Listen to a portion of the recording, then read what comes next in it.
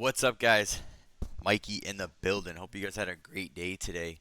Um, right, MBIO, phenomenal penny runner. Um, I only traded two names today: Agri, MBIO.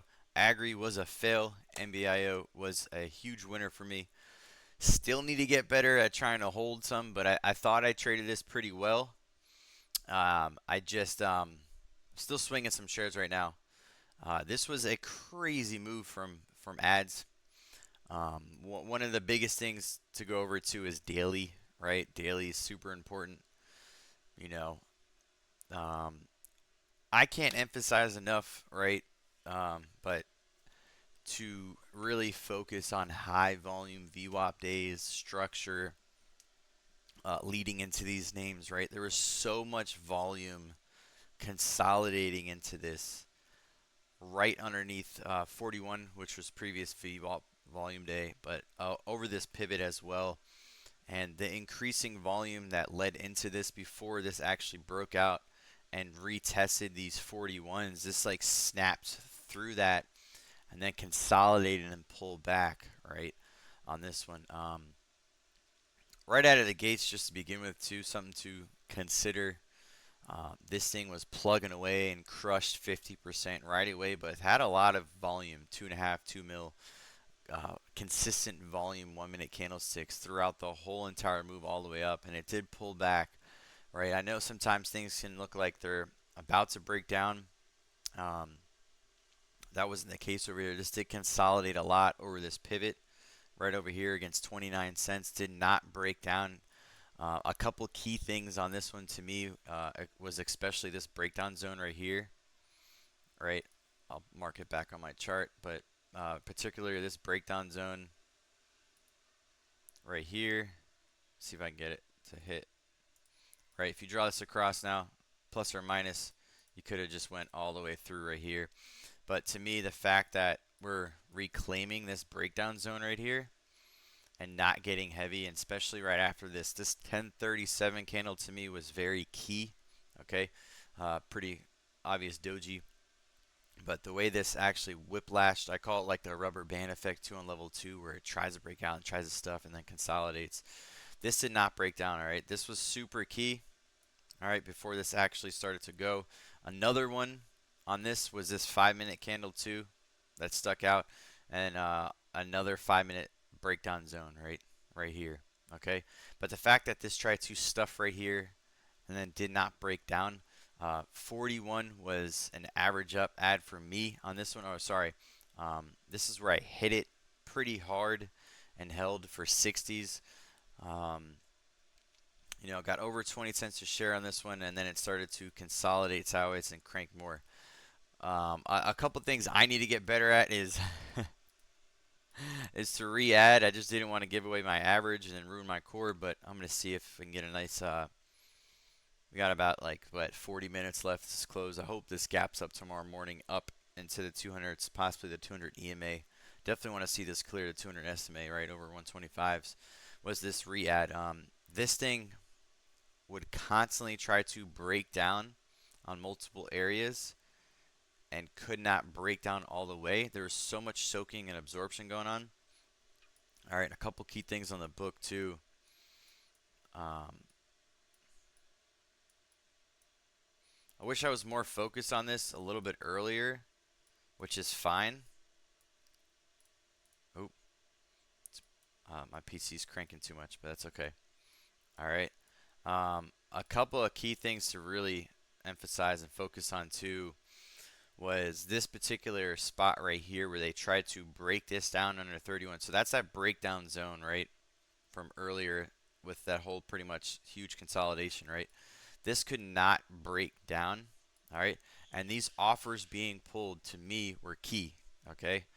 Once offers are being pulled, there's liquidity on the book, but they don't want to get filled particularly right there, right? So someone's holding this down for a reason, potentially to get their shares. Algo, bigger players, right? This thing had over a billion on the day with volume, so that's key, right? Any areas where previous liquidity was trying to be shoved down and retested is very important. Parth Moose, if you guys, track that right there, and especially these pulls, right? So this was very, very interesting right here, right? Why do I say that? They removed this liquidity. They pulled this offer trying to hold this control, right? And they sweep right through it. They pull back, and it pulls back over your previous interest and does not break down, okay? This key area right here too, this was that huge swipe, okay? And now this is that move. These were the re-adds right here, okay? Into 41. To me, this was super key, right? These re-adds right here, just because how they auction the price. A lot of this to me I thought was controlled. You can kind of see some spoofs, right? With just with the liquidity up here. But this is that breakdown zone over a previous area of interest right here, right? And this is not breaking down, nor is it getting heavy. All right, very similar action right here too with these offers being pushed and pulled. So when we come retest these areas, whether they put them back on the book or not, there's buyers that are interested in these levels, okay? And even on these pullbacks right here to a previous area of interest, again, of it not breaking down and getting heavy, right? And as you can see right here, there's buyers that are super interested on this the whole time. Now, again, super important to combine this with your level 2 time and sales and kind of see what kind of price action is happening and who is interested in buying. All right. This one was a phenomenal trade. All right. This particular area too, which I wish okay, I wish I would have, this is where I wish I would have re-hit. All right.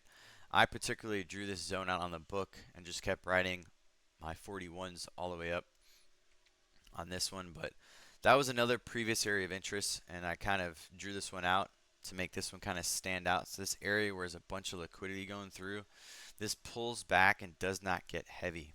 All right. For you shorts who watch or short a lot of stuff and kind of see a lot of JRET's videos and all those other books, and kind of when a move ends and then it pulls back and you got that backside, and how the liquidity changes on the book and how price action reacts to those levels is super important. Okay. In this area, seller gets absorbed again, does not break down right here. And more importantly, they throw a nice bidder steps up where a seller recently was. That is super important. All right. My kids are going crazy right now. Wow. I don't know if you guys hear that or not, but that's funny. All right. Super, super important. There's a lot of control in this book right here. All right. Okay, this is also important too for a lot of you guys who use the book, where you see previous liquidity being walked down or controlled with. If you just remember that, or remember to zoom out, zoom in, and then notice how once we test that, or if they do try to walk this down and put all liquidity at one level, if there's previous areas where they're having a controlled walk down or putting those offers and then stacking them, and then once we clear those levels and those offers are no longer there and buyers are still stepping up, that's what you really want to see, from my experience so far too, and kind of utilizing the book. Okay. This one was great. Again, these are all those breakdowns. Again, if you kind of watch this book and watch it from the very beginning and just noticed, again, this is a great name to watch breakdown zones, to go back to and really study how they react when they dump like this, right? When they react, when sellers do try to come in, whether profit taking or shorting, or trying to control price action, comes back down and does not break down right here, right? And buyers are stepping up and then putting bids above previous sellers is super, super key. Okay. We'll see how this one trades tomorrow, but I just wanted to go over a few key points on this with the book, and then always to remember, draw your breakdown zones throughout the chart. This particular one is super important right here. This was super cool because J-Ret was saying this is that fake vwap resistance. Totally hit the nail on that one. And then more importantly, again, breakdown zones, even over here, right? I think this is super, super important, when things are trying to break down and you see buyers step up. So to me, anything above this area right here is key, right? So when this starts to consolidate, break out, pull back, and not break down and get heavy, this is what you definitely want to see. This is that 5-minute rejection candle right here, right? It's super important to, if you trade on larger time frames, to kind of dissect too, of see how this is pulling back. This is a very low volume pullback right here. So to me, this is not like super rejection, more like just more consolidation setting up. All right. Um, but yeah, so a confluence, right? Again, there's going to be multiple times when we have these opportunities, especially because like we're just retail traders, where you see this pumping volume, right? 1.2 billion worth of volume. Previous VWAP days, okay, is so important and key. I really stay away from a lot of these other things and not try to worry about too much. If the volume's there, I look for bigger PTs. On this one particularly, when this started to break out, I definitely saw this 55, and I thought maybe up to 68, right? If we broke over 55s, we get a snap to 68. Was I wrong on this one? I should have just kept looking and even seeing like this is a great resistant area supply zone right here. Just by looking at this particular ceiling or floor that became a ceiling as it broke down and got heavy. And that's okay. This reminded me of FFIE. This is why I'm swinging some. So we'll see how that goes in particular. They try to test these upper areas right here. And from there, right? Agri failed. This is a good example too of something that, when we look at something, or when I look at something, right, I'm looking for big volume VWAP days, right? So 521, okay, or sorry, 610 on this one. I thought this was going to go higher, but 17 right there is that wasn't the case, right? I thought potentially if we can gap over these 11s, previous VWAP day right here, and actually succeed in base and catch more bids and volume, then maybe we would go ahead and potentially test the next high volume VWAP day. But that did not happen on that one, which is okay.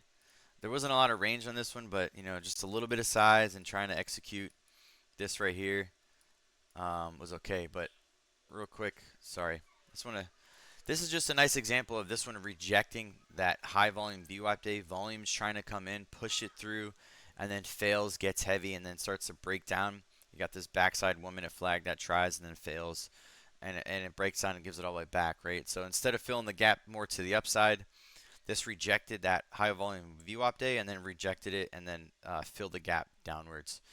All right. I had 10 cents on this one, nothing too crazy. A couple of key spots right here was this breakdown level right here. So once really 0.98 held up and then consolidated, this is when I started to average in. And then I literally had like a 10 average flat and caught some for this move up here. But I held for a little bit too long, right? And next time, definitely notable on this push next time right here, which I'll be a lot more mindful to next time, okay? Especially with not a lot of bid support kind of cranking this up or any book flips, but this was a very aggressive retest of highs, and which we made highs by like a little oomph. And the aggressive push right here where there's aggressive buyers, and they all got absorbed. And then really important right here too, is that we did try to test this liquidity up here. Had only about 89, 90,000 shares, but there was no more appetite on this. No more appetite, a lack of bids with the spread, and then it comes crashing back down to retest this liquidity, and then these book flips right here where there's a bidder right here, and then now there's an offer. Okay, so that's a book flip as price action comes back down. But that's all I got, guys. Phenomenal day so far. See how that swing does, and let's see if we can get some more penny Momo action. All right, much love. Peace out, Mikey.